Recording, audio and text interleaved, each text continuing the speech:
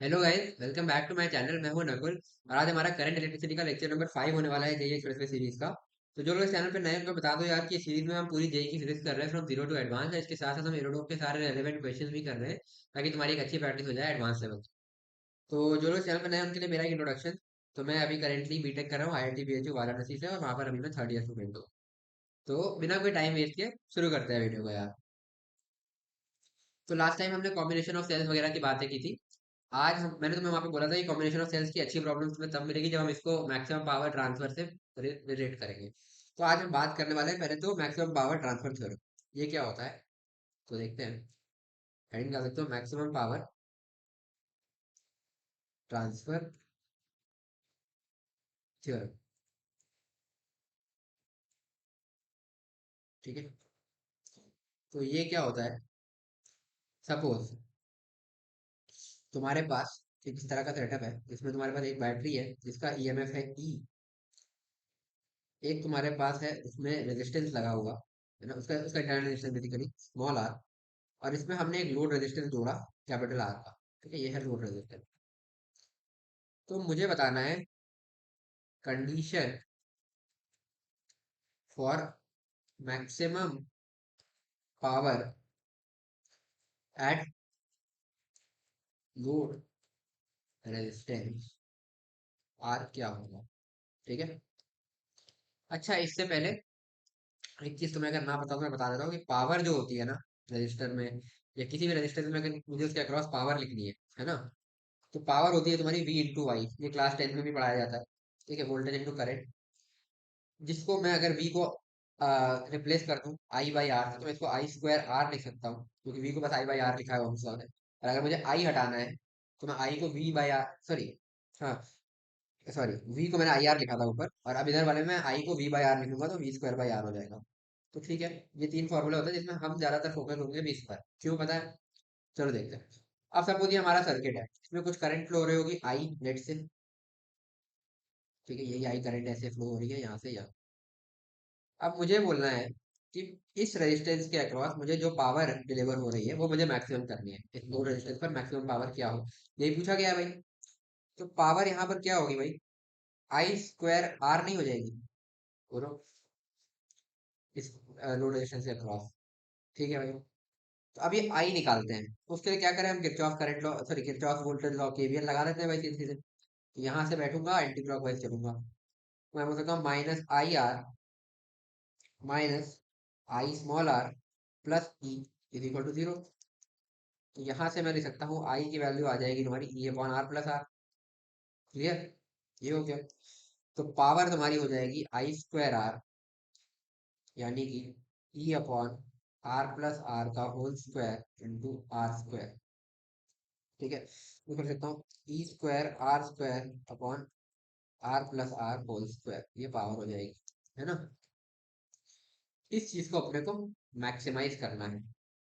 Variable क्या है भाई इसमें पूरे में, इस पूरे एक्सप्रेशन में देखो, ई अपने को नोन है, आर लोड रेजिस्टेंस भी अपने को नोन होगी। ठीक है, वैसे नोन तो सब कुछ ही है ना।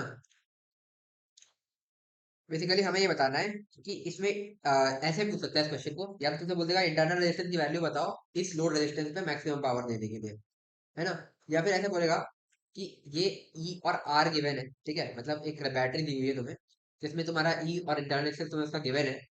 उस केस में तुम्हें बताना होगा कि कितने लोड कितने रेजिस्टेंस का रेजिस्टर हम इसमें लगा दें कि हमारी जो क्या कहते हैं पावर है वो मैक्सिमम डिलीवर हो। ठीक है, बेसिकली आर और आर के बीच में हमें रिलेशन निकालना है। अब इसमें तुम्हें ये गिवन हो सकता है, ये निकालना पड़ सकता है, या ये गिवन हो सकता है, ये निकालने को दे सकता है। ठीक है, वो डिपेंड करता है। ये हो गया। अपने को ये चीज मैक्सिमम करनी है, पी मैक्स, है ना। कितने, चल लेट से आर अपना वेरी कर रहा है, आर वेरी कर रहा है, तो कितने आर के लिए आर की क्या वैल्यू हो जाए कि हमारा पावर मैक्सिमम हो जाए। तो ठीक है, पावर है अपना E square R upon E square R square है ना सॉरी, नहीं ये आर स्क्वायर नहीं है भाई sorry, E square R upon R plus R whole square. इस पूरे को मैक्सिमम करना है। तो मैंने एक काम करते हैं, डीपी बाई डी आर को जीरो कर देते हैं।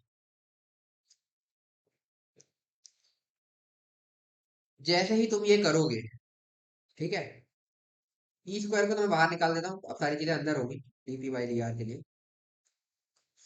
तो ये देख सकते हो तुम, ये न्यूमरेटर में भी आर है, डिनोमिनेटर में भी आर है, तो हम यहाँ पे क्वोशंट रूल लगाएंगे। तो क्वोशंट रूल में हम क्या करेंगे, सबसे पहले न्यूमरेटर का डिफरेंशिएशन, यानी कि 1 into denominator as it is R plus R whole square, minus denominator का डिफरेंशिएशन जो कि होगा 2 into R plus, sorry 2 into में आर प्लस आर, फिर चेन रूल से फिर 1, और इंटू न्यूमरेटर वैसे का वैसा लिख देंगे R upon G X square, denominator का स्क्वायर यानी कि आर प्लस आर की पावर 4। ये पूरा जीरो होना चाहिए। क्लियरली दिख रहा है भाई कि डिनोमिनेटर तो एक नॉन जीरो क्वांटिटी है, ठीक है, ये तो जीरो हो नहीं सकती। ये पूरी न्यूमरेटर में से न्यूमरेटर को जीरो कर दो भाई। तो ऐसा करोगे तो तुम्हें मिलेगा R plus R whole square minus 2 R into R plus R should be equal to zero. R common ले, आर प्लस आर कॉमन ले लेते हैं, अंदर आएगा 1 माइनस 2 आर, सॉरी एक मिनट कोई गड़बड़ कर रहा हूँ क्या मैं, आर सॉरी ये आर प्लस आर कॉमन लिया ना अपन ने, तो अपन अंदर आएगा आर प्लस आर, इसमें से जो बचेगा माइनस 2 आर इसमें से बचेगा, ये पूरा जीरो होना चाहिए। अब क्लियरली दिख रहा है रेजिस्टेंस एक नॉन जीरो क्वांटिटी होती है ना, या तो जीरो होगी या तो फिर ग्रेटर देन जीरो होगी। तो ये टर्म तो जीरो हो ही नहीं सकता, क्योंकि मतलब क्या कहते हैं, या तो दोनों आर और आर जीरो हो जाए तभी हो सकता है, तो ये तो नॉन जीरो है, ठीक है, क्योंकि गिवन है, तो इसको जीरो होना पड़ेगा भाई। तो यहाँ से हम सीधे सीधे बोल सकते हैं कि यहाँ से तुम्हारा आर माइनस आर, तो जब तुम इसको जीरो करोगे तो तुम्हें दिखेगा आर इक्वल टू आर निकल करके आएगा, है ना। तो जब लोड रेजिस्टेंस तुम्हारे इंटरनल रेजिस्टेंस ऑफ सेल के बराबर होगा, यही कंडीशन है, condition for maximum power at load resistance R, यही अपने को निकालनी होती है। तो लोड रेजिस्टेंस जब तुम्हारा उस पूरे सेल कॉम्बिनेशन या गिवन सेल के इंटरनल रेजिस्टेंस के बराबर आ जाए, तो तुम बोल सकते हो कि मैक्सिमम पावर डिलीवर हो रही है एट दैट लोड रेजिस्टेंस। ठीक है, तो ये तो सिंपल सर्किट का हो गया। सपोज अपने को कुछ मिक्स जनरल कॉम्बिनेशन दे दिया, ठीक है, मिक्स जनरल कॉम्बिनेशन कैसा भाई, इस तरीके का, जो हम लोगों ने लास्ट क्लास में देखा था, ऐसे करके। ये है तुम्हारे पास एम सेल्स, है ना, फिर सिमिलर काम करता हूँ मैं, तो कॉपी मार लेता हूँ यहाँ पे, एक सेकंड यार, ये क्या हो रहा है, कॉपी मेरे को इतनी चाहिए भाई।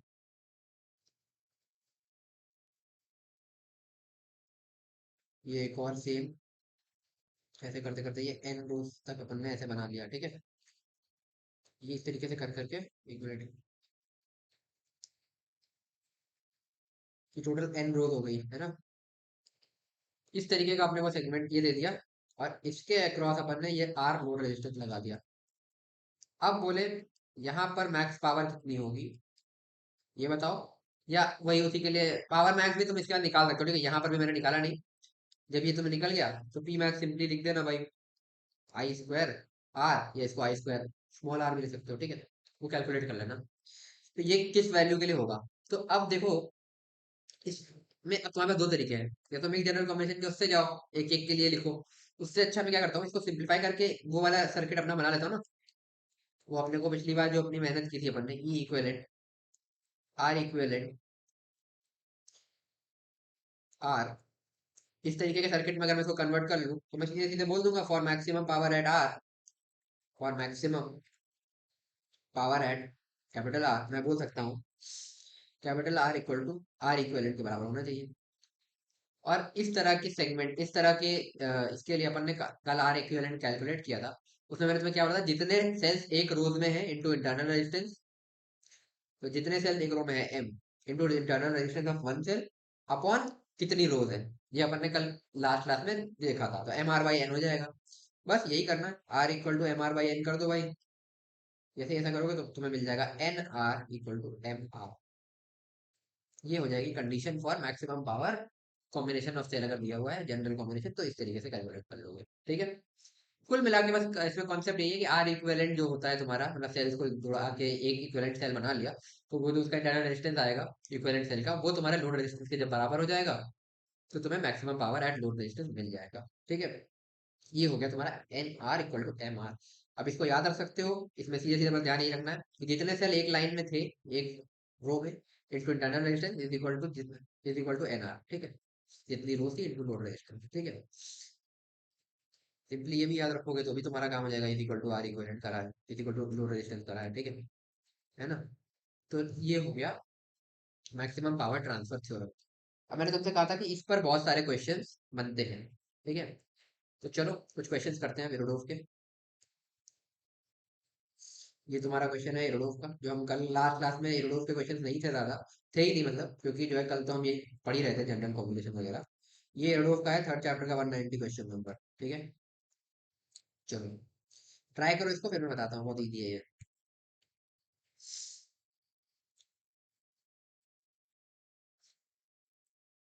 तो चलो देखते हैं इस क्वेश्चन को। इसमें बोल रहा है DC source with internal resistance R naught is loaded with three resistances connected as shown in figure 3.5। अच्छा इसमें फिगर मैं बनाना भूल गया, फिगर क्वेश्चन के साथ तो मैं बता देता हूँ फिगर कैसा था।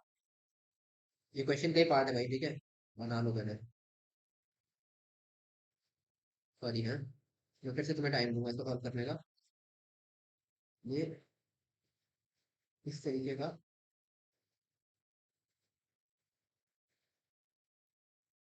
जो गिवन था, ये आर आर आर, ये है फिगर 3.5 को, ठीक है। ये मैं बनाना भूल गया था, ठीक है। अब इसमें पूछ रहा है इस तरीके का जो ये है कॉम्बिनेशन रेजिस्टेंस, इसको हम एक लोड रेजिस्टेंस आर नॉट से कनेक्ट कर देंगे, तो व्हाट वैल्यू ऑफ आर हमें मिलेगा, क्या कहते हैं अपना क्या कहते हैं, थर्मल पावर जो है generated at R naught highest होगी, ठीक है। चलो भाई, अब इसको मैं सॉल्व करता हूँ, ठीक है। पहली बात तो ये सीरीज पैरेलल का भी क्वेश्चन है, साथ साथ तुम ध्यान से देखोगे ये पॉइंट अगर मैं ए बोल रहा हूँ, यहाँ से एक क्लीन वायर गया हुआ है, तो ये पॉइंट भी ए हो जाएगा। यहाँ से यहाँ तक ये क्लीन वायर है। सिमिलरली इस पॉइंट को अगर मैं बी बोल रहा हूँ, तो ये वायर भी बी हो जाएगा। तो तुम तीनों रेजिस्टेंसेस को देख सकते हो, ए बी के बीच में है, ए बी के बीच में है, ए बी के बीच में है, ठीक है भाई। तो इसको मैं ऐसा भी कह सकता हूँ कि ये है पॉइंट ए, यहाँ से चले एक रेजिस्टेंस आर मिला, एक और रेजिस्टेंस आर मिला, एक और रेजिस्टेंस आर मिला, ये तीनों ए और बी के बीच में ही है, और ये पहुंच गए अपन बी पॉइंट पे, ठीक है। इसका इक्विवेलेंट रेजिस्टेंस निकाल लो भाई, आर इक्विवेलेंट। तो बोल सकता हूँ 1/r equivalent equal to 1/r plus 1/r plus 1/r। यहाँ से आर इक्विवेलेंट की वैल्यू सीधे सीधे दिख रही है, r/3 आ जाएगी। अब इसको अपने को लोड रेजिस्टेंस से कनेक्ट करना है भाई। Are equivalent equal to r/3 को अपने को एक लोड रेजिस्टेंस आर नॉट से कनेक्ट करना है, ठीक है। तो अगर ऐसा कर देंगे तो हम बोल सकते हैं फॉर पी मैक्स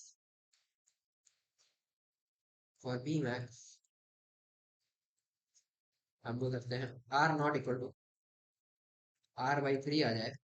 तो इसमें क्वेश्चन में पूछा गया था भाई, व्हाट वैल्यू ऑफ आर जो है तुम्हारी थर्मल पावर मैक्सिमम होगी, तो आर की वैल्यू सिंपली हो जाएगी 3r0, क्योंकि तुम्हारा आंसर हो जाएगा। बस यही पूछा था इसने, ठीक है। आई होप तुमसे ये हो गया होगा। अब आगे बढ़ते हैं। एरोडोफ का ही एक और क्वेश्चन है अपने पास। ये बोलो, ये भी है एरोडोफ का थर्ड चैप्टर का 197 क्वेश्चन, 3.197। इसको तुम्हें ट्राई करना है, ठीक है। चलो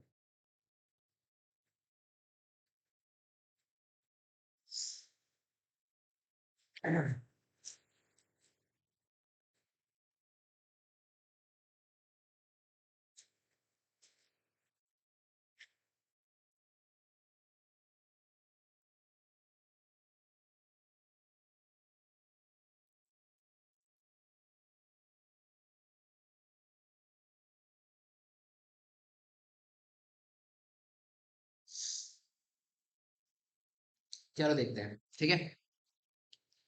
इस क्वेश्चन में बोल रहा है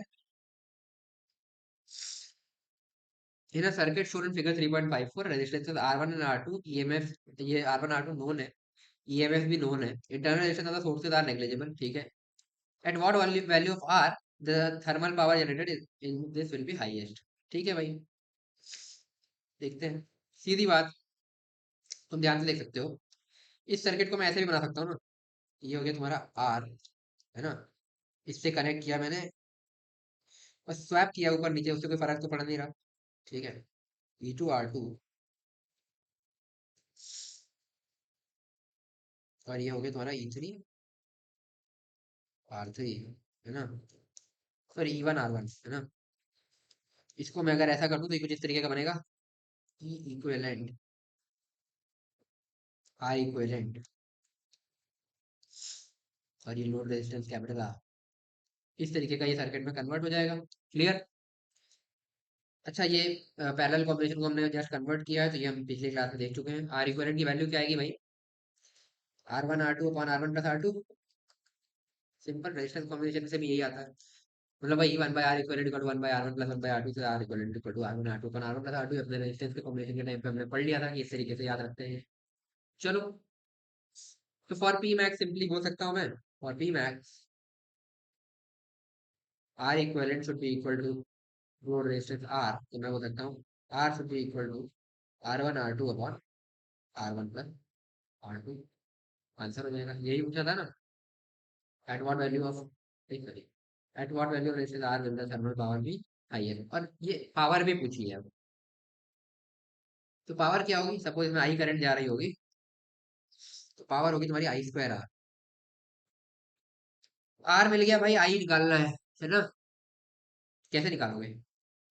पैरेलल कॉम्बिनेशन में अपन ने आई का फॉर्मूला पढ़ा था शायद। ठीक है, क्या होता था वो? I equal to sigma E I by R I upon 1 plus R sigma 1/RI। यही पढ़ा था। मैंने कहा था ये फॉर्मूले की इंपॉर्टेंस है, इसको याद कर लेना। चलो, sigma E I by R आई लिखते हैं। तो पहले वाले का है, यानी कि E1/R1 प्लस E2/R2 लिख दो सीधे सीधे इसको। E1/R1 plus E2/R2 upon 1 plus R into 1/R1 plus 1/R2। थोड़ा सिंप्लीफाई करते हैं, तो इसको मैं लिख सकता हूँ E1R2 plus E2R1 upon R1R2। नीचे एलसीएम लूंगा, वही चीज R1 R2 एलसीएम ले रहा हूँ, ठीक है फिर से। ठीक है, दो स्टेप एक साथ कर रहा हूँ यार, तो समझ में आ रहा हो तुम्हें। R1 R2 एलसीएम लिया है। बेसिकली मैं इसमें R1 R2 एलसीएम लेता तो R1 प्लस R2 बन जाता, तो इसको मैं R1 plus R2 upon R1R2 लिख सकता था। वही R1R2 मैंने एलसीएम लिया, तो अब यहाँ से मल्टीप्लाई होगा 1 से, तो लिखूंगा R1R2 प्लस R इंटू में R1 प्लस R2। ठीक है, जब ऐसा होगा R1 R2 कैंसिल आउट। अच्छा, अब आर की वैल्यू भी रख लेते हैं, तो इसको रखेंगे अपन E1R2 plus E2R1 upon R1R2 plus R की वैल्यू क्या थी भाई? यहाँ पर निकाली R1R2 upon R1 plus R2। तो यहाँ पे अपन रखेंगे R1R2 upon R1 plus R2 into R1 plus R2।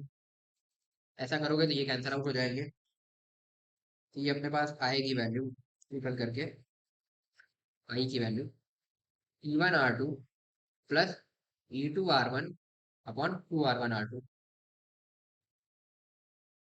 Power लिखते हैं भाई I2R। ठीक है, आई का स्क्वायर करो, तो ऊपर बनेगा तुम्हारे पास E1R2 प्लस E2R1 का होल स्क्वायर अपॉन नीचे बनेगा तुम्हारे पास 4R1 R2 का होल स्क्वायर। इधर आर आर की वैल्यू लिखूंगा तो वो हो जाएगी R1 R2 upon R1 plus R2। बस सिंप्लीफाई करना है भाई, R1 R2 से ये कैंसिल आउट, बस यही है तुम्हारा आंसर। आंसर हो जाएगा तुम्हारा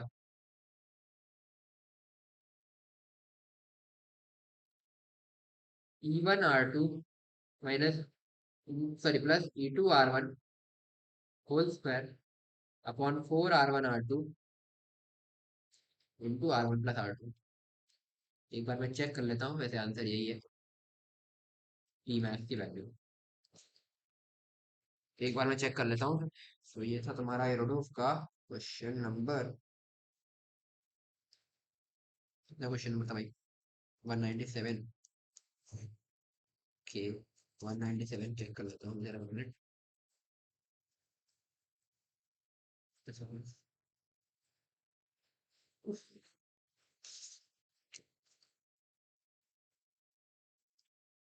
E1R2 plus E2R1 whole square upon 4R1R2 2R1 plus R2, हाँ यही आएगा। तो एकदम सही है, तो इसी तरीके से इस क्वेश्चन को सॉल्व करना। आई होप ये हो गया होगा तुमसे। अब आगे बढ़ते हैं, एक क्वेश्चन और है एरोडोफ का, ये मिक्स जनरल कॉम्बिनेशन पर है। एरोडोफ 3.198। तो इसको ट्राई करो।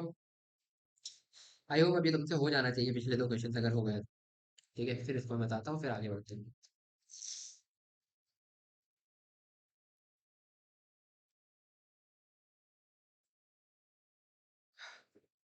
तो चलो डिस्कस करते हैं इसको।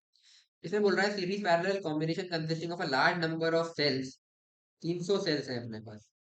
ठीक है, with an internal resistance of R equal to 0.3 ohm दिया हुआ है। ठीक है, is loaded with an external resistance, load resistance तुम्हारी 10 ओम, 10 ओम दी हुई है। ठीक है, number N of parallel groups, मतलब पैरेलल ग्रुप जो है जैसे इस तरीके का बनता है ना तुम्हारा, ये एम एक रो में होते हैं और एन पैरेलल में होते हैं। तो एन पैरेलल में है, ठीक है, एन रोज है सपोज, है ना, ये तो एन ही है, जो हमने माना था वही है। ठीक है, find the number N of parallel groups of N equal number of cells connected in series for which external generates the highest thermal power. तो ये कॉम्बिनेशन तुम्हारा जाकर के एक आर में लगेगा, और हम फिर बोलेंगे R equal to, R equivalent हो जाए तो अपना काम बन जाए। ठीक है भाई, अब जो तुम्हारा आर इक्विवेलेंट होता है ना, वो क्या होता है भाई, हमने अभी जस्ट पीछे बात करी है। वो होता है number of cells in a row M into internal resistance R by number of rows N. तो अब अपने को बात ये है कि चलो एन की वैल्यू तो अपने को निकालनी है। एम क्या होगा भाई, एम क्या 300 रख दूं मैं, बताना तो नहीं। तो एम की वैल्यू क्या 300 होगी, नहीं, क्योंकि टोटल नंबर ऑफ सेल्स 300 है। अगर एक रो में एन सेल्स आ गए, तो अब मैं यहाँ लिख रहा हूँ, अगर एक रो में एन सेल्स आ गए हैं तो, सॉरी, अरे क्या बोल रहा हूँ मैं, एक सेकेंड। अगर अपने पास एन रोज है ना, टोटल नंबर ऑफ 300 सेल्स है, तो एक रो में कितने सेल होंगे भाई, 300 सेल्स को एन में डिवाइड कर दिया, एन अलग अलग में, तो एक रो में 300 बाई एन सेल होंगे, तो एम की वैल्यू आएगी तुम्हारी 300 बाई एन। ठीक है, एक रो में कितने सेल होंगे, 300 बाई एन, यही पॉइंट था इस क्वेश्चन में पकड़ने वाला। लोग डायरेक्टली 300 रख देते हैं एन की वैल्यू, ऐसा नहीं है। 300 टोटल नंबर ऑफ सेल्स है। अब हो सकता है तीन रो बने तो 100 100 100 तीनों में आ जाए, या चार रो बने तो उस हिसाब से, पांच रो बने तो 60 60 60 60 60 पांचों में आ जाए, है ना, ऐसा हो सकता है। तो अगर एन रोज बनेगी तो 300 बाई एन सेल्स एक रो में होंगे, और वही एम होता है, तो एम तुम्हारा 300 बाई एन आ गया, बस क्वेश्चन खत्म हो गया भाई। तो इसको मैं लिख देता हूँ, 300 R by N into N, N square बन जाएगा, और ये बराबर हो जाए तुम्हारे कैपिटल आर के।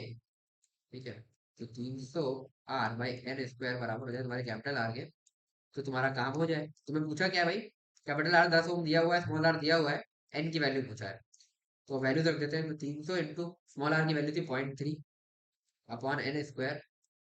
ये चलो एक काम करते हैं, इसको स्वैप कर देते हैं ना, एन स्क्वायर को इधर ले जाते हैं और आर को इधर, तो आर को 10 इधर रख दिया, इक्वल टू एन स्क्वायर। ठीक है, ये हो गया। तो एन स्क्वायर की वैल्यू आ जाएगी तुम्हारी 90/10 यानी कि 9। तो एन की वैल्यू सीधे सीधे निकलेगी 3 आ जाएगी, तो 3 रोज होगी, यही तुम्हारा आंसर हो जाएगा। तो इस तरीके से क्वेश्चन को तुम कर,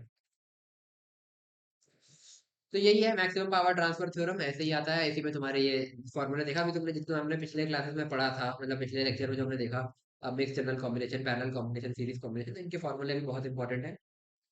तो ये आते होंगे तो जल्दी हो जाएगा, वरना इन क्वेश्चन में तुम्हें बहुत टाइम लग जाएगा, और अगर एडवांस में ऐसा मिक्स करके आते ही है तो तुम उसमें बहुत फ्रस्ट्रेट हो जाओगे, बहुत टाइम तुम्हारा वेस्ट हो जाएगा। ये फॉर्मूला अगर तुम्हें याद हो तो बहुत अच्छा है भाई, याद करने की कोशिश करो। बाकी शॉर्ट नोट्स वगैरह बनाओगे उसमें डाल देना, आगे धीरे धीरे तुम्हें याद हो जाएंगे। ठीक है, कोई बहुत बड़ी चीज नहीं है ये। चलो, एक चीज और कवर कर लेते हैं यार, आज अपने पास टाइम बच रहा है, तो छोटा सा टॉपिक है जो हम कैपेसिटर में ऑलरेडी कवर कर चुके हैं, that is your Wheatstone bridge. एक बार व्हीटस्टोन ब्रिज की बात कर लेते हैं।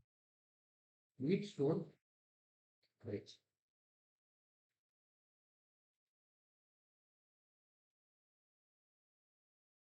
तो ये व्हीटस्टोन ब्रिज होता क्या है, तुम्हारे पास एक रेजिस्टेंस का सेटअप होता है, एक तरीके से कह सकते हो, जैसे कि R1, इसको मैं बोलता हूँ आर, इसको मैं बोलूंगा R2, इसको बोलूंगा R3, इसको बोलूंगा R4। ये इस तरह के रेजिस्टेंस सेटअप को हम बोलते हैं व्हीटस्टोन ब्रिज। ये है तुम्हारा ब्रिज रेजिस्टेंस, आर वाला। ठीक है, अच्छा ये बुक्स में ऐसे भी बनाया होता है, कभी कभी ऐसे भी बना के दे देता है। देखो, R1, R2, एक मिनट फिर जो दिया है,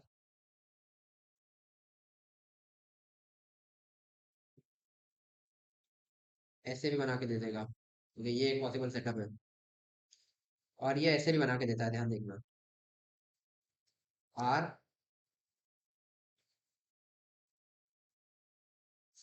R1, R2,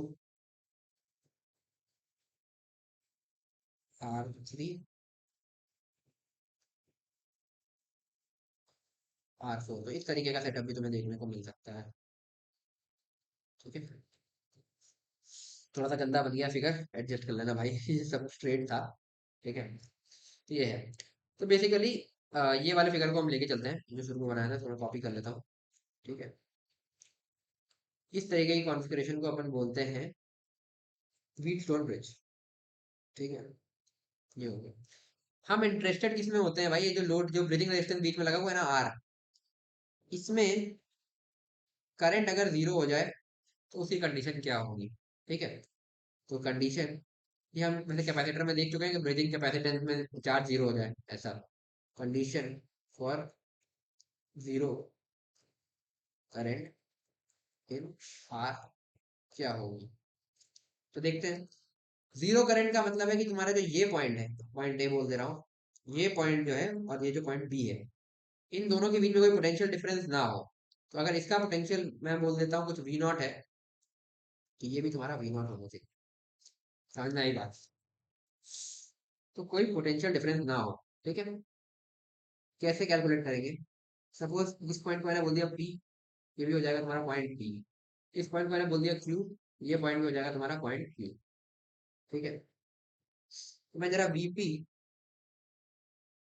ठीक है, ये हो गया, है ना?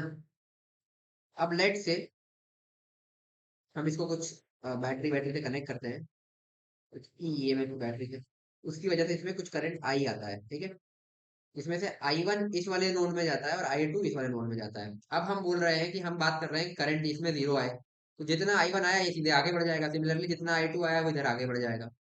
तो इसमें भी I1 चला जाएगा और इसमें भी I2 चला जाएगा। क्लियर? जरा VP माइनस VA लिखना। ठीक है, तो वो होगा तुम्हारा माइनस I1 R1। क्लियर? या सीधे I1 R1 लिख सकते हो। कितना ड्रॉप हुआ यहाँ से यहाँ तक? I1 R1 का ड्रॉप हुआ। ठीक है, और जरा VA minus VQ, sorry VP minus VA लिख लिया। ठीक है, अब VA माइनस VQ लिखना। ये हो जाएगा तुम्हारा माइनस, सॉरी माइनस नहीं, I1 R2, I1 R3 sorry, है ना? I1 R3 ये दिख रहा है, क्योंकि I1 करंट जा रही है और R3 रेजिस्टेंस है। सिमिलरली VP माइनस VB लिखना भाई, तो हो जाएगा तुम्हारा I2 करंट जा रही है इसमें, रेजिस्टेंस R4 है, सॉरी R2 है ना? I2 R2, और VB माइनस VQ लिखना भाई, जो कि इन दोनों पॉइंट के बीच है। ये I2 R4 हो जाएगी। ठीक है, अब हम क्या बोल रहे हैं भाई? ये जो यहाँ से यहाँ तक, जैसा मैं क्या कहना चाह रहा हूँ, इस पॉइंट का और इस पॉइंट का पोटेंशियल सेम है। इसका मतलब जो ड्रॉप ये हुआ है वही ड्रॉप ये हुआ है। ठीक है, जैसे मान लो इस पॉइंट का पोटेंशियल ई था, अगर मैं इसको ग्राउंड करता हूँ, इस पॉइंट का पोटेंशियल ई हो जाएगा। तो यहाँ से यहाँ तक जो है, अगर ये वी नॉट है और ये ई है, तो यहाँ से यहाँ तक ई माइनस वी नॉट का ड्रॉप हुआ है। ठीक है, और इसमें भी यहाँ से यहाँ तक ई माइनस वी नॉट का ड्रॉप हुआ है। ठीक है, सॉरी वी नॉट माइनस ई का ड्रॉप हुआ है। मतलब कुल मिला के समझने वाली बात है कि जितना ड्रॉप यहाँ हुआ उतना ही ड्रॉप यहाँ हुआ है। तब इन दोनों का पोटेंशियल सेम है, क्योंकि दोनों तो सेम पॉइंट, सेम पोटेंशियल के पॉइंट है। मान लो दोनों 10-10 वोल्ट के पॉइंट है ना? और ये तो ये 6 वोल्ट का है ना? हम बोल रहे हैं इसको भी 6 होना है, तो यहाँ पर भी 4 का ड्रॉप होगा और यहाँ पर भी 4 का ड्रॉप होगा। तो हम सीधे सीधे बोल सकते हैं कि तुम्हारा जो I1 R1 है वो I2 R2 के बराबर होगा, यानी कि ये दोनों बराबर हो गए। यहाँ से हम बोल सकते हैं I1 R1 equal to I2 R2। तो यहाँ से अपने पास आएगा I2 by I1 is equal to R1 by R2। ठीक है, तो ये संभाल के रख लो। फिर वही बात, ये 10 वोल्ट था, ये वाले दोनों पॉइंट 10 वोल्ट थे, ये 6 वोल्ट था। ठीक है, और ये सपोज 0 वोल्ट है। ठीक है, तो इसमें 4 का ड्रॉप, इसमें 4 का ड्रॉप हुआ। बट अब इसको 6 से 0 जाना, तो यहाँ से 6 का ड्रॉप और यहाँ पे भी 6 का ड्रॉप होगा। मतलब जो ड्रॉप यहाँ होगा वही ड्रॉप यहाँ होगा। समझ में आया?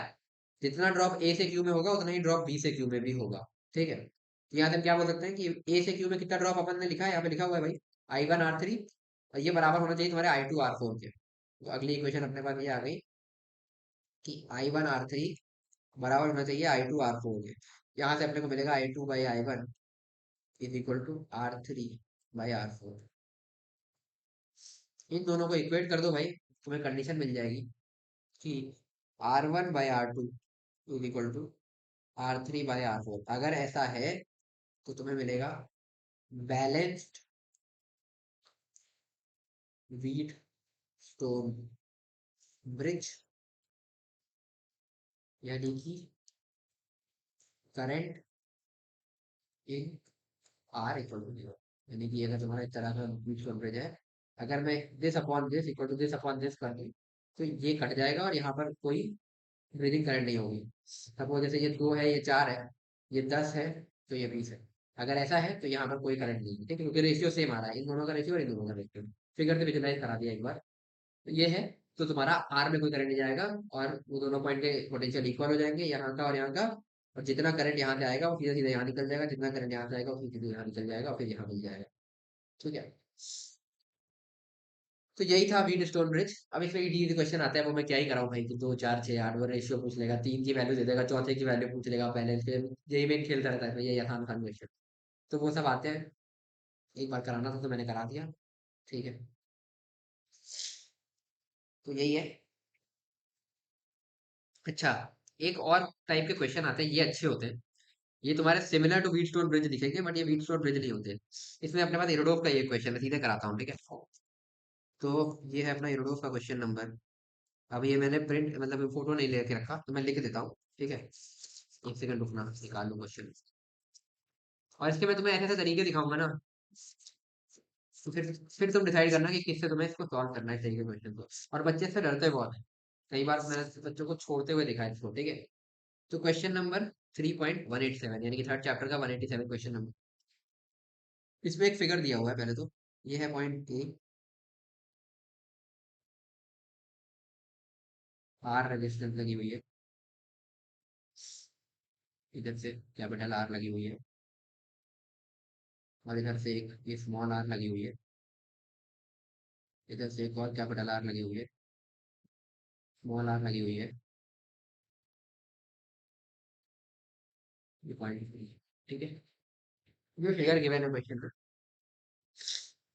क्वेश्चन बोल रहा है फाइंड द रेजिस्टेंस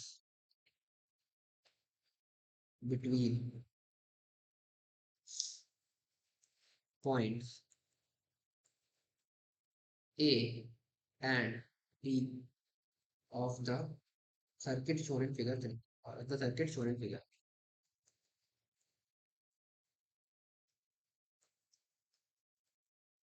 तो इसका तुम्हें बताना है resistance between point A and B. अच्छा, ये क्या व्हीट स्टोन ब्रिज है? व्हीट स्टोन ब्रिज है, बट क्या ये बैलेंस व्हीट स्टोन ब्रिज है? वो तब होता अगर ये दोनों, अगर इन दोनों की पोजीशन जस्ट उल्टी होती तो तुम आर बाई आर दोनों साइड हो जाता, फिर तुम्हारा काम हो जाता, फिर इसमें कोई रेजिस्टेंस नहीं होता। फिर सिंपली तुम बता देते दो सीरीज में, दो सीरीज में, फिर उन दोनों को पैरेलल में, उसके फिर तुम आर इक्विवेलेंट लिख देते। बट यहाँ पर इसने घुमा दिया, उल्टा कर दिया भाई, ये रेशियो इक्वल नहीं है।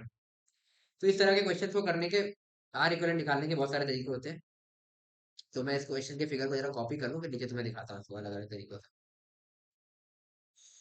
चलो, तो देखते हैं। पहले मेथड 1 दिखा रहा हूँ, जो सबसे बेसिक मेथड है। ये एक तरीके से तुम थ्योरी टाइप का समझ सकते हो, ठीक है, क्योंकि अभी मैं समझा ही रहा हूँ इस क्वेश्चन को, इसीलिए मैंने तुमसे खुद से करने को नहीं कहा। चलो, इसमें क्या करोगे भाई। अब ऐसा कभी करना हो कि किसी system of capacitors, system of resistance का इक्विवेलेंट रेजिस्टेंस पूछे, या सिस्टम ऑफ कैपेसिटर्स का इक्विवेलेंट कैपेसिटेंस पूछे, और इस तरीके का सिस्टम दिया हो, तो सबसे पहले क्या करो, इसको एक कोई वी नॉट ईएमएफ की या नॉन ईएमएफ की बैटरी से कनेक्ट कर दो। अच्छा, इसको तुम वी नॉट में ले रहा हूँ, तुम इसको जनरल 10 20 भी ले सकते हो, कैलकुलेशन इजी हो जाती है इसमें, ठीक है। तुम्हारा जो मन करे, मैं वी नॉट ले रहा हूँ अभी के लिए, क्योंकि ये हम अपने मन से लगा रहे हैं, ठीक है। ये बाद में कटेगा है एंड में जाकर के, ठीक है, ये हो गया वी नॉट। अब एक चीज है कि तुम ध्यान से देखो, ये बिल्कुल सिमेट्रिकल है। अगर तुम ऐसे देखो तो जैसे यहाँ से अगर मैं ऐसे चल के ऐसे आऊं, या मैं ऐसे चल के ऐसे आऊं, तो मैं सेम काम कर रहा हूँ, है ना। इन क्वेश्चन में बस एक सबसे बड़ा ध्यान ये रखना होता है कि सपोज यहाँ से जो करंट आ रही है आई, ये आई वन आई टू में अगर स्प्लिट हुई, तो यहाँ पर अगर आई वन जा रहा है, यहाँ पर आई टू जा रहा है, तो ये आर वाले में आई टू जा रहा है, तो अपने को आर वाले में आई टू मिलेगा इधर, और इधर आई वन मिलेगा। तो इसको थोड़ा पचा लो ध्यान से, फिर आगे बढ़ते हैं। ठीक है, मतलब जितना करंट इधर से जा रहा है, और मतलब आई वन इसमें गया, आई टू इसमें गया, तो क्योंकि यहाँ से देखो एक आर मिला है, फिर ये बीच में सिमिलर है, उसी तरीके से अगर मैं उल्टा चलता तो फिर सिमिलर टाइप का आर दिखता फिर बीच में ही मिलता। तो अगर इधर से आई वन गया है तो इधर से आई वन मिलेगा, स्मॉल आर में। इधर से आई टू गया है तो इधर आई टू मिलेगा। ये चीज ध्यान रखनी होती है, यही कॉन्सेप्ट है इसका। ये चीज पता होगी तो क्वेश्चन कर लोगे। ठीक है, जब ये कर दिया, तो बीच वाले में जरा कोई करंट बताना चाहेगा। आई वन आ रही थी, आई टू चली गई, तो इधर कितनी गई, आई वन में से आई टू उधर चली गई, तो I one minus I two इधर घुस जाएगी। और अब तुम देख भी सकते हो, I one minus I two यहाँ से आ रही है, आई टू यहाँ से आ रही है, दोनों को ऐड करोगे तो आई वन इधर मिल जाएगी। तो इस तरीके से पूरा करंट का सिस्टम इसका बैठ गया। कुछ नहीं, किरचॉफ लॉ लिखो भाई। अच्छा, आर इक्वलेंट पूछा था अपने को, है ना। आर इक्वलेंट में simply V naught by I नहीं बोल सकता हूँ, और आई तुम्हारा I one plus I two के बराबर है। तो आर इक्वलेंट तुम्हारा मैं सीधे बोल दूंगा V naught by I one plus I two. ठीक है, ऐसा। अब चलो किरचॉफ लॉ लगाते हैं, है ना। एक काम करता हूँ, पहले मैं ऐसे जाता हूँ, वी नॉट वाली बैटरी से होते हुए, लिखना फिर से ऐसे जाऊंगा, और इस लूप में निकल गई, इस पूरे लूप का मैं किरचॉफ लॉ लिखता हूँ। अच्छा तुम ध्यान दो, अब कई लोग सोचेंगे एक ऐसे ले लेता हूँ और एक ये ले लूंगा, तो तुम ध्यान से देखना, ये दोनों सेम आ जाएंगे, कुछ नहीं मिलेगा तुमको नया। क्योंकि ये देखो, ये I two R I one R, I one R I two R, ठीक है, सेम ही चीज है। तो किसी एक में ले लो, तो मैं सपोज इसमें ऊपर से ऐसे घूम करके आ गया, एक ये ले लूं और एक छोटा लूप ले लूं। ठीक है, छोटा लूप भी तुम दोनों में से, ये दोनों में अगर अलग अलग इक्वेशन समझ रहे हो तो नहीं मिलेगी, क्योंकि सिमेट्री है ना, तो ये दोनों सेम टाइप सेम ही चीज देगी। तो एक में ये छोटा लूप ले लूं और एक में ये पूरे का बड़ा ऐसा लूप ले लूं, दोनों के लिए किरचॉफ लॉ लिखता हूँ, तो अपना काम बन जाएगा। ठीक है, पहले बड़े वाले के लिए लिखते हैं। ठीक है, सपोज मैं यहाँ से चला इस पॉइंट पे, मैं बोलूंगा वी नॉट, फिर मैं यहाँ से घूमते हुए आया, फिर इधर गया, तो मुझे ये मिला माइनस आई वन आर, फिर मुझे ये मिला minus I two capital R, और फिर मैं यहाँ से आया ऐसे, फिर घूम फिर के वापस ही पहुंच गया, इज इक्वल टू जीरो। ठीक है, अपने को एक इक्वेशन ये मिल गई। दूसरा, इस छोटे लूप में घूमते हैं भाई, यहाँ से चलते हैं और ऐसे घूमते हैं। सबसे पहले मिलेगा माइनस आई वन आर, फिर इसमें गए minus I two into R, minus I two into R. ठीक है, प्लस आई टू आर, क्योंकि ये उल्टे डायरेक्शन में जा रहा है, इज इक्वल टू जीरो। ठीक है, दो इक्वेशन मिल गई। वी नॉट नोन है, आर नोन है, I one I two unknown है। आई वन आई टू की अपने को अब इक्वेशन मिल गई। चलो सॉल्व करते हैं। इसको लेते हैं, यहाँ से मैं लिखूंगा minus I one R plus I two R plus I two capital R is equal to zero. यहाँ से लिखता हूँ मैं माइनस आई वन, वही minus two I one R plus I two into में R plus R is equal to zero. तो I two की value मैं लिख सकता हूँ two I one R upon R plus. ठीक है, अब अपने को एक चीज पता है कि I one plus I two बराबर होता है आई के, है ना।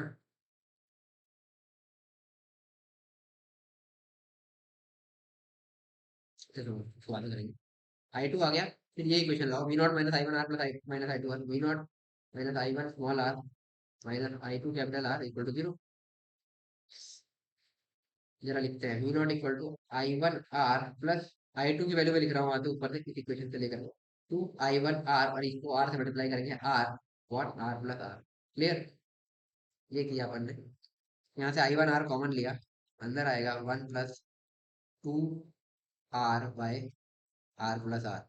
ठीक है, फिर आई वन आर कॉमन लिया रहा, इधर वी नॉट था। ठीक है, आर प्लस आर एलसीएम लिया, ऊपर आएगा आर प्लस टू आर। तो वी नॉट की वैल्यू आ जाएगी यहाँ से I one R, R plus two R by R plus R, तो ये आर प्लस थ्री आ रही है। ठीक है, तो आई वन की वैल्यू यहाँ से लिख ली अपन ने V naught into R plus R upon R into 3r3 small R plus 3 capital R. ठीक है, यही है। ऐसे क्वेश्चन में बस कैलकुलेशन मिस्टेक ना हो जाए, वरना आंसर बहुत गंदा हो जाता है। ठीक है, आई टू की वैल्यू लिखते हैं भाई। आई टू की वैल्यू अपन ने यहाँ पे लिखी थी 2i1r upon R plus R. Calculate करते हैं। 2i1r upon R plus R. इसमें आई वन की वैल्यू पुट करो, तो इसको लिखोगे 2v0 r plus R into R upon R into one R plus 3r। Clear. R से आर कैंसिल आउट हो गया, तो ये आ जाएगी तुम्हारी 2v0 r plus R upon R plus 3r। ये आई टू की वैल्यू आ गई। अब देखो आई वन और आई टू दोनों की वैल्यू अपने पास वी नॉट के टर्म में आ गई। इसमें केवल वी नॉट है, ठीक है, और इसमें भी वी नॉट है, बाकी आर आर अपने को नोटेड है। ठीक है, पहले पता है। तो आई की वैल्यू क्या होगी, I one plus I to.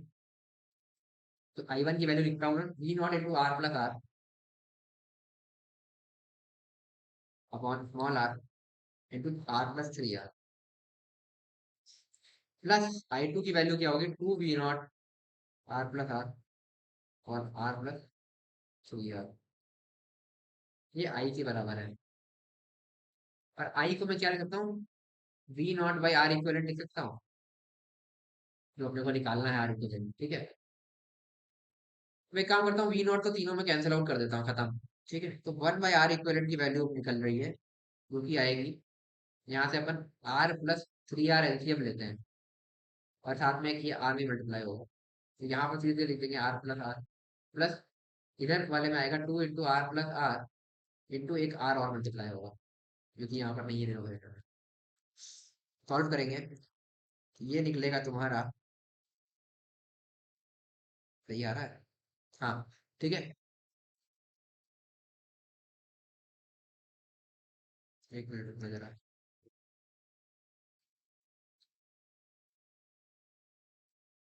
मुझे कुछ गड़बड़ हो रही है।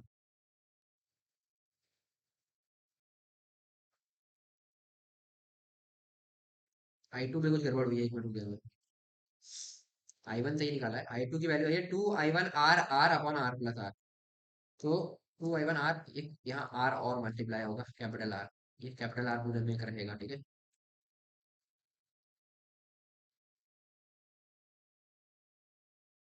एक मिनट यार, कुछ गड़बड़ हो रही है। मैं कह रहा था ना, ऐसे में क्वेश्चन में वो नहीं होनी चाहिए यार। आई वन की वैल्यू एकदम सही आई है, V naught into R plus R upon R into R plus 3 है। आई वन, आई टू की वैल्यू मैंने निकाली थी 2i1r upon R plus R. ठीक है, तो एक मिनट रुकना भाई। ये नहीं आएगा, ये गलत कर दिया। ये एक सेकेंड, ये नहीं है। तो 2i1r upon R R plus R. यहाँ पर एक हम ये फॉरगेट, ये हम भूल गए, कैपिटल आर प्लस आर भी था एक। ठीक है, ये भी था एक, ये अपन भूल गए। जब ये होगा तो ये इससे कैंसिल आउट हो जाएगा। इसकी वैल्यू कितनी, केवल ये आएगी 2v नॉट अपॉन फिर आर प्लस 3r। ठीक है, तो ये नहीं रहेगा अपने पास। ठीक है, इसको हटा दो। बस यही है, अब इजी हो जाएगा। ठीक है, वो एक मिस आउट हो गया था चीज इसमें, है ना। तो आर प्लस 3r अपना एलसीएम में आया। उसके अलावा एक आर भी आएगा, इसको सीधे लिख देंगे आर प्लस आर। और इधर आएगा कितना, +2r। ठीक है, तो ये निकल करके आएगा 3r plus capital R upon R plus 3 capital R into R. ये 1/r इक्विवेलेंट है। तो आर इक्विवेलेंट की वैल्यू आ गई R into R plus 3r upon 3r plus.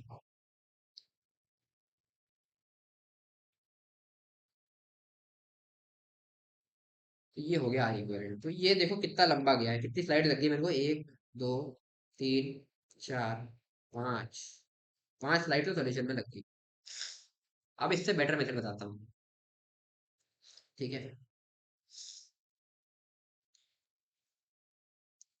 फिर से सर्किट बना लो जरा।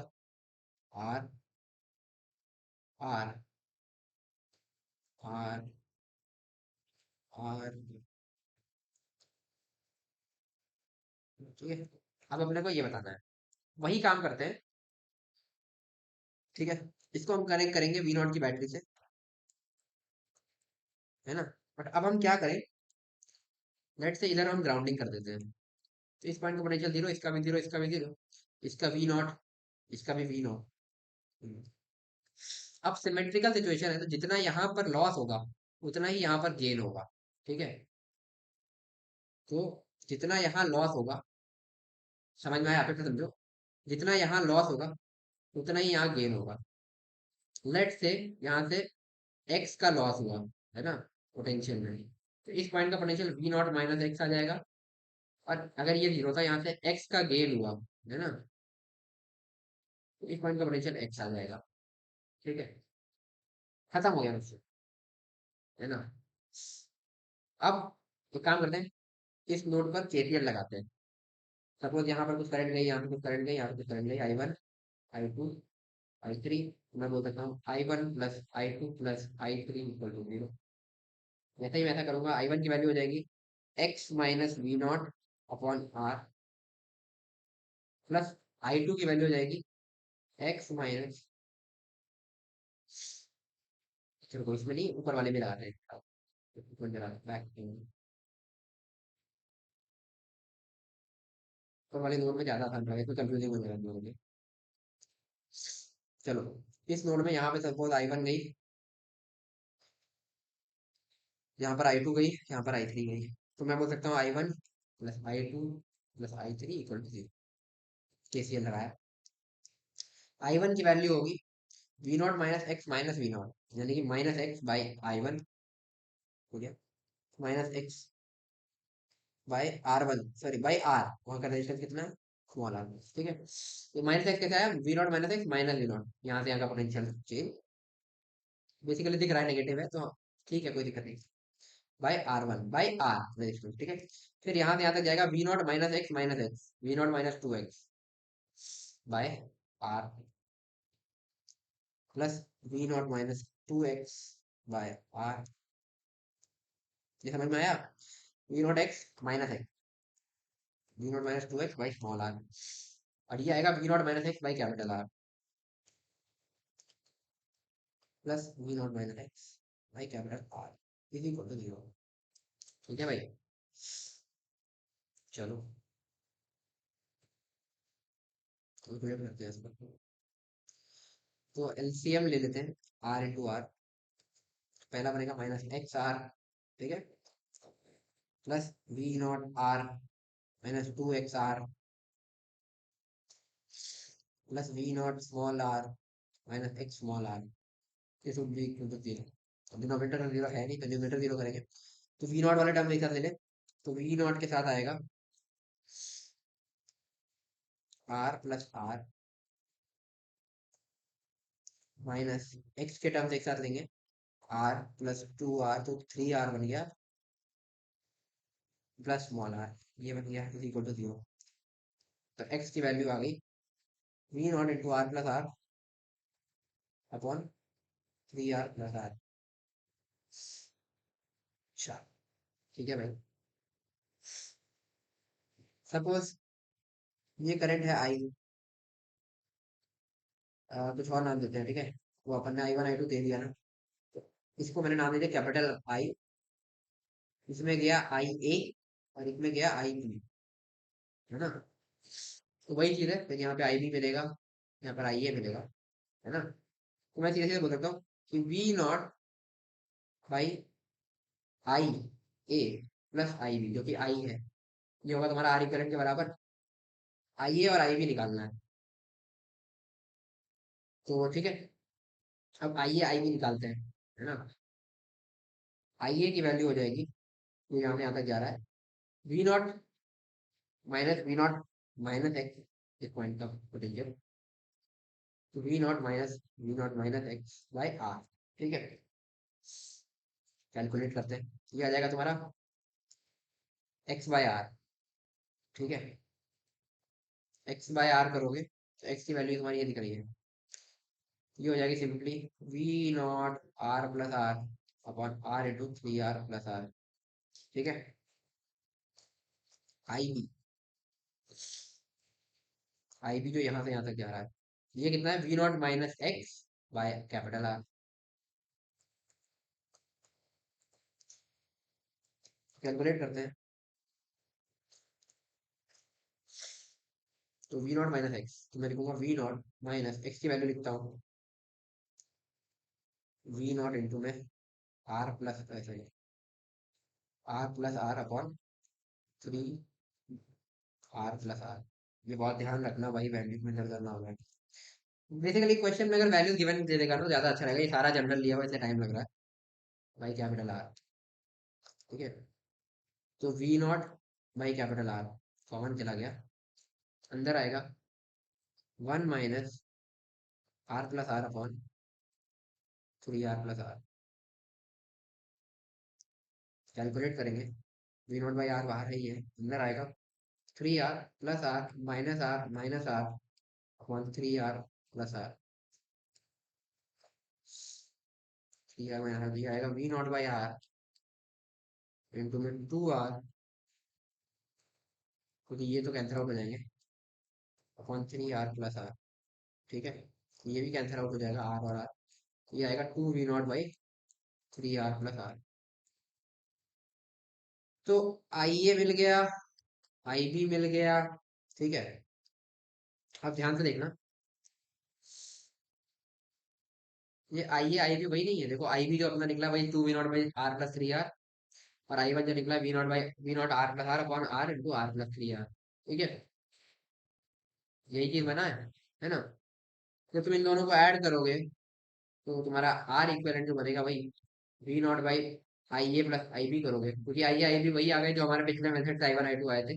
मैं डायरेक्टली लिख लेता हूँ, वही जो अपना आंसर बन रहा था आ गया, R into R plus 3 R upon 3 R plus R into R plus 3 R upon 3 R. यही बन जाएगा। ये एक मेथड हो सकता है।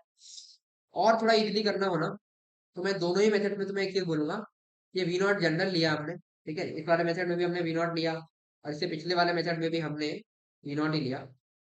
इन दोनों की जगह, वी नॉट की जगह तुम अपने मन की कोई रेजिस्टेंस, कोई वोल्टेज ले सकते हो, 1 वोल्ट, 10 वोल्ट, वन ले लो भाई। पर वन जनरली मैं रिकमेंड नहीं करूंगा, 10 ले लो, 20 ले लो, कुछ ले लो, अच्छा है, ठीक है। तो कोई एक अच्छी वोल्ट अपने हिसाब से डिसाइड कर लो, ये मतलब जो बैटरी है, क्योंकि ये तो अल्टीमेटली कटना ही है, तुम्हारी कैलकुलेशन ईजी हो जाएगी। और इसी तरीके से क्वेश्चन तो किया जाता है, और तुम आर इक्वलेंट निकाल लोगे अच्छी तरीके से। कैपेसिटेंस से मैंने तुम्हें ये चीज नहीं कराई थी, क्योंकि मैंने सोचा था यहाँ करा दूंगा तो तुम वहां पे भी कर ही लोगे। इसी तरीके से कैपेसिटेंस में किया जाता है, एक अननोन ईएमएफ, मतलब नोन ईएमएफ की बैटरी लगाई जाती है बेसिकली, वो अल्टीमेटली कटता ही आंसर में तुम्हें दिख ही रहा है। नोन ईएमएफ की बैटरी लगाई, और फिर उसके बाद सिमेट्री के हिसाब से बस assumption, जैसे वहां पर आर जितना आई वन गया था, जो यहाँ पर हमने तुम्हें दिखा देता हूँ। तो ये चीज ध्यान रखनी है कि जैसे यहाँ पर आई वन गया है, यहाँ पर आई टू गया है, तो यहाँ पर आई वन मिलेगा, यहाँ पर आई टू जाएगी। ठीक है, यही चीज कैपेसिटेंस में चार्ज के केस में ध्यान रखनी है। और फिर बस लूप लॉ वगैरह केवीएल एवीएल लगा लो, या फिर ये ग्राउंडिंग वाला मेथड कर लो, जो तुम्हें ठीक लगे। ठीक है, इस तरीके से तुम इक्विवेलेंट रेजिस्टेंस भी निकाल सकते हो। तो आज की क्लास में यही करते हैं, काफी चीजें हमने डिस्कस कर ली। तो आई होप तुम्हें आज की वीडियो पसंद आई होगी। अगर कोई डाउट है तो तुम वीडियो के कमेंट सेक्शन में डाल सकते हो, बट साथ में टाइम टाइम डाल देना कि किस पॉइंट पर तुम्हें वो डाउट आया था। आई होप तुम्हें आज की वीडियो पसंद आई। अगर वीडियो पसंद आई तो वीडियो को लाइक करो यार, जितना हो सके अपने दोस्तों के साथ शेयर करो, और अगर तुमने अभी तक चैनल को सब्सक्राइब नहीं किया तो सब्सक्राइब कर लो। तो मिलते हैं यार नेक्स्ट वीडियो में। Till then stay motivated and keep studying. Bye.